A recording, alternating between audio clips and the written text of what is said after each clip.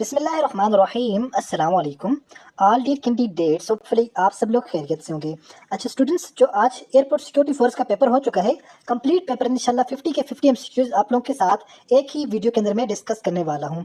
So let's start our today video. सबसे पहले आप लोग ये ऊपर देख लें, ये बैच 1 का जो पेपर था वही है एएसआई का है, असिस्टेंट सब इंस्पेक्टर का रिक्रूटमेंट 2025 का पेपर है। ठीक है, सारे के सारे क्वेश्चन 50 के 50 क्वेश्चन इंशाल्लाह एक ही वीडियो के अंदर मैं आप लोग के साथ डिस्कस करने वाला हूँ। सो फर्स्ट ऑफ ऑल आप लोगों ने वीडियो को लाइक कर देना है। चैनल पर अगर न्यू आए हैं तो प्लीज चैनल को सब्सक्राइब कर दें, साथ बेल आइकन के बटन को नोटिफिकेशन ऑल कर दें ताकि आने वाली नेक्स्ट वीडियो की अपडेट सबसे पहले आप लोगों तक पहुंचती रहे। क्वेश्चन नंबर 1 को अगर हम यहाँ पर देखें, द एंटोनिम्स ऑफ विकेरियस, ये जो एंटोनिम्स है विकेरियस कहा जाता है बदबख्त को। इसका एंटोनिम्स क्या हो जाएगा? इसका एंटोनिम्स हो जाएगा जो बदबख्त का उलट हो जाएगा डायरेक्ट, सीधा बंदा। ठीक है, नेक्स्ट हमारे पास है द एंटोनिम्स ऑफ टेक्लिश। दूसरा जो वर्ड है वो है टेक्लिश। ठीक है, अब टेक्लिश का जो हमारे पास करेक्ट आंसर हो जाएगा वो ऑप्शन नंबर ए प्रिंकली, ये इसका करेक्ट जो है वो क्या हो जाएगा? एंटोनिम्स हो जाएगा।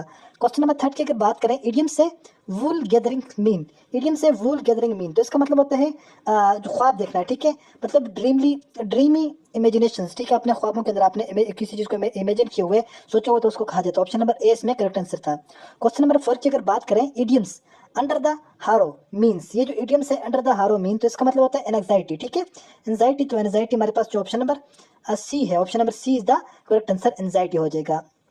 नेक्स्ट क्वेश्चन नंबर 4 भी हो चुका है। क्वेश्चन नंबर 5 के अंदर आते हैं, इफ यू हैड नॉट, आगे ब्लैंक से, if you had not me I would have been in great trouble.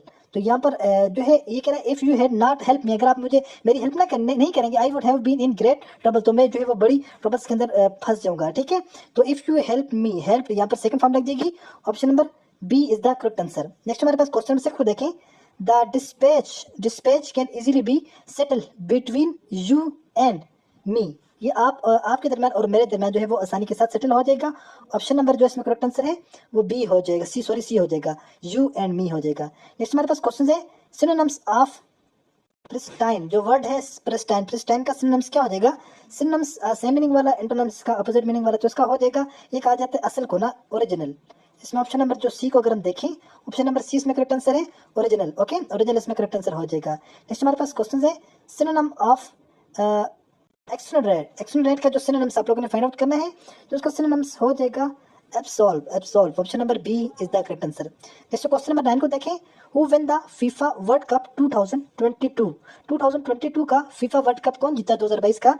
तो ये अर्जेंटीना जीता था, Argentina, option number A is the correct answer. Next question number 10 है, the Indus water territory between India and Pakistan was broke by the, Indus river जो treaty Pakistan और India के दरमियान हुआ था, तो वो किसकी वजह से? वर्ल्ड बैंक IMF, यहाँ पर correct answer option number A is the correct answer. ठीक है, नेक्स्ट क्वेश्चन नंबर 11 है, इट इज नथिंग खालिजा but pride, it is nothing neither, यहाँ पर लग जाएगा it is nothing neither, option number C is the correct answer, it is nothing neither but pride, option number C is the correct answer हो जाएगा। Next अगर बात करें question number 12 की बात करें, his proposal fill out for, इसके बाद ब्लैंक है ऑफ सपोर्ट, तो यहाँ पर जो करेक्ट आंसर हमारे पास लग जाएगा वो है डिमांड, उसका जो प्रपोजल है fill out for demand, option number C is the correct answer, demand यहाँ पर हो जाएगा हमारे पास, ऑप्शन नंबर सी को अगर देखें डिमांड, ये इसमें करेक्ट आंसर हो जाएगा। ओके, नेक्स्ट हमारे पास क्वेश्चन है, who coin the name United Nations, United nation का जो है वो नेम किसने रखा?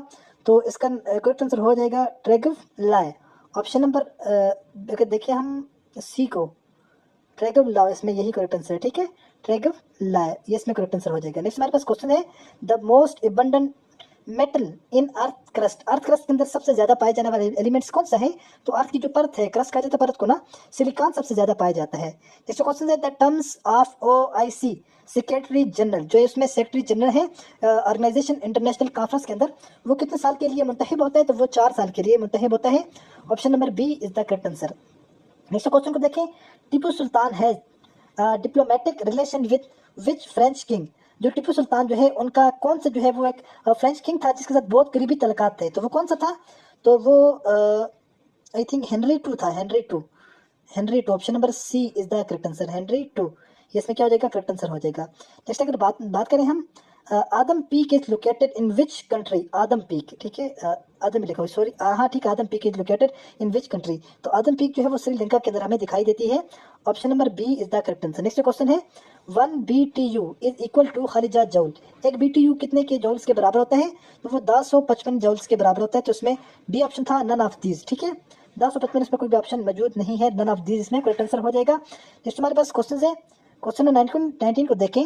Who invented the steam engine? Steam engine जो है वो किसने जो है वो तैयार किया?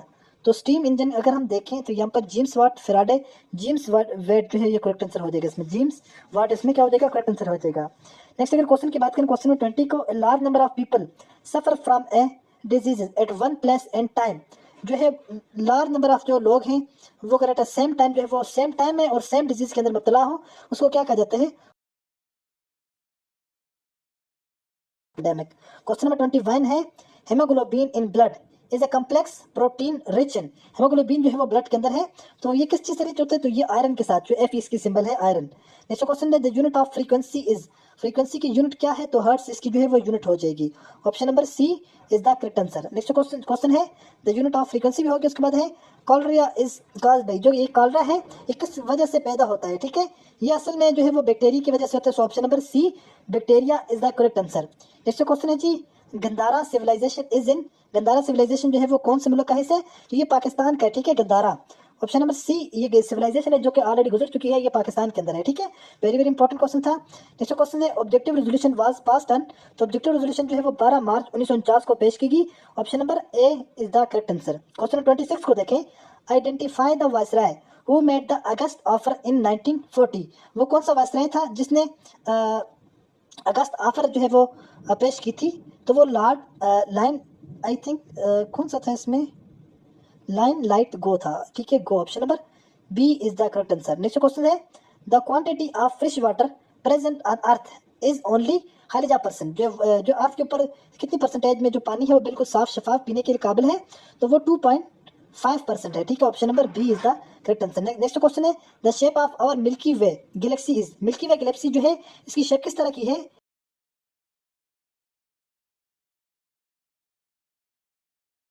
हो जाएगा। नेक्स्ट अगर क्वेश्चन की बात करें, क्वेश्चन है हमारे पास, क्वेश्चन में 29 है, the name of the daughter of Quaid Azam. Quaid Azam की बेटी का नाम क्या था? तो Dina. Option number B is the correct answer. Question 13 है, which city of Punjab is known as the handicraft glaze. उसके अलावा pottery and camel skin. Punjab के कौन से शहर इस बातों के लिए, इन सारे कामों के लिए मशहूर है? तो वो यहाँ पर पंजाब का बहावलपुर, मुल्तान, गुजरांवाला। तो Bahawalpur. Option number A is the correct answer है। ठीक है, नेक्स्ट हमारे पास क्वेश्चन है, क्वेश्चन 31 है, 1962 election in Pakistan were of which type. तो 1962 के जो पाकिस्तान के अंदर इलेक्शन थे वो किस टाइप के थे? तो वो इनडायरेक्ट जो है इसमें थे। ठीक है, indirect. Option number B is the correct answer. Next question है, Aga Khan university was found in. जो आगा खान यूनिवर्सिटी है वो कब तामीर की गई? तो वो 1979 के अंदर। ऑप्शन नंबर इसमें बी जो था वो करेक्ट आंसर था, 1979। Question number 33, Delhi pact was sign between Nehru and Liaquat Ali Khan in. जो दिल्ली पैक्ट था वो लियाकत अली खान और उनके दरमियान जो है वो कब साइन हुआ? तो 1955 के अंदर साइन हुआ। क्वेश्चन 34 है, the youngest mountain range on the earth. Youngest mountain range जो है वो कौन से पहाड़ को कहा जाता है? को देखें, Shah Abdul Latif Bhittai wrote his poetry in. Shah Abdul Latif जो है वो कौन सी जुबान के जो है वो शायर थे? तो उसका जो करेक्ट आंसर था वो था सिंधी। तो इसमें सिंधी ऑप्शन नहीं, ऑप्शन नंबर डी जो है वो करेक्ट आंसर हो जाएगा। ओके, शाह अब्दुल लतीफ भटाई जो है वो सिंधी जुबान के शायर थे। नेक्स्ट क्वेश्चन है, the world second highest peak K2 is located इन। तो दुनिया की जो दूसरी बुलंद तरीन चोटी है वो कहाँ पर नजर आती है? वो कराक्रम रेंज के अंदर नजर आती है। Option number A is the correct answer. Next question है, the directions of Hindu Kush range is from. Hindu Kush range की जो डायरेक्शन है वो south to west. Option number A is the correct answer. Next question number 38 है, what is the maximum height of Kirthar range. Kirthar range की maximum height कितनी है? तो 2150 metre. Option number A is the correct answer. Question number 39 को देखें, Iblees ki Majlis Shura is a poem written by. ये जो poem है किसने लिखी? तो ये इलामा मोहम्मद इकबाल ने लिखी। Option number A is the correct answer.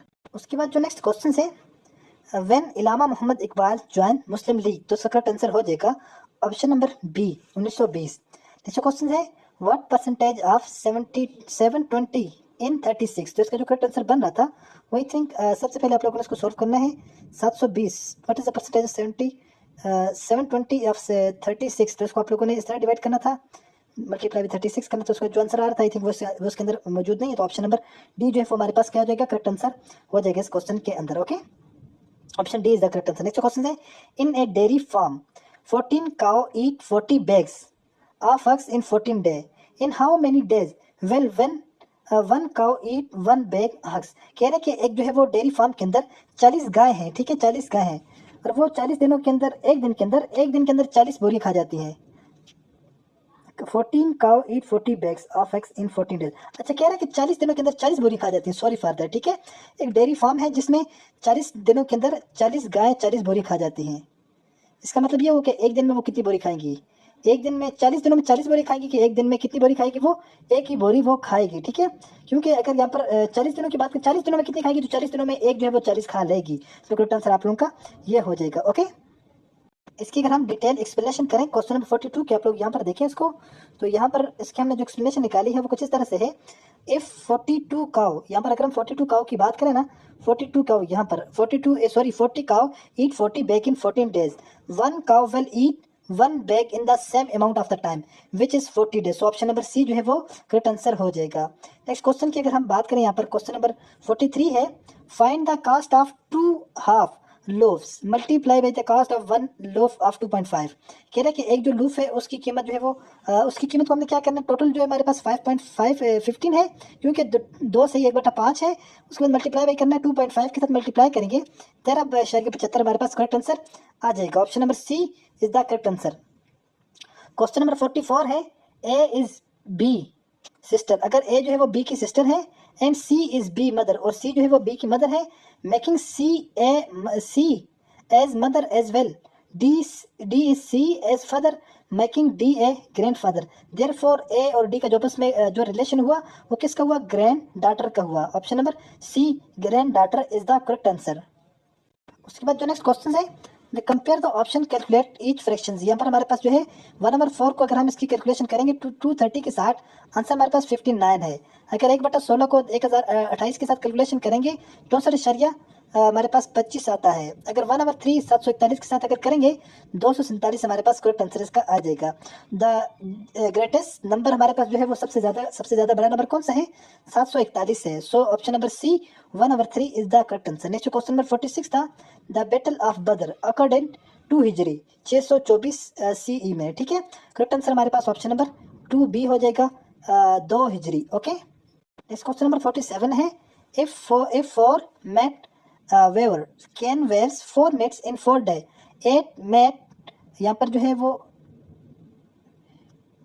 Viewers can weaves twice as many mats in the same time which is 8। अगर 4 जो है वो ठीक हो तो 8 उसका जो है वो क्या है, डबल हो जाएगा। तो यहाँ पर जो ऑप्शन नंबर डी था पेपर के अंदर वो क्या होगा, करेक्ट आंसर हो जाएगा। नेक्स्ट क्वेश्चन है, क्वेश्चन नंबर 48 है, सलात इस्तिका is offered on the time of question of the shortage of rain, मतलब जिस वक्त जो है वो बारिश के टाइम जो है वो नमाज इस्तिका पढ़ी जाती है।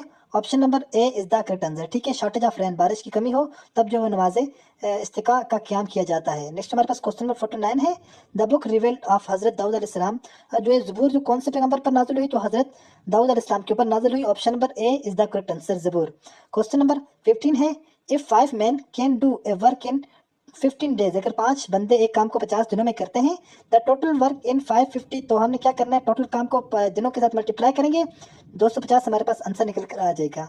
मैन डे की अगर बात करें, to find the time it take 3 means to complete the work divide the total work by 3। कह रहे हैं कि टोटल जो है वो काम लेने में कितना टाइम लगेगा, 3 दिन लगेंगे। सो हम क्या करेंगे, टोटल जो हमारे पास आदमी और दिन है उनको 3 दिनों के अंदर डिवाइड करेंगे, आंसर हमारे पास आ जाएगा 83.33। Option number A 83 days is the correct answer.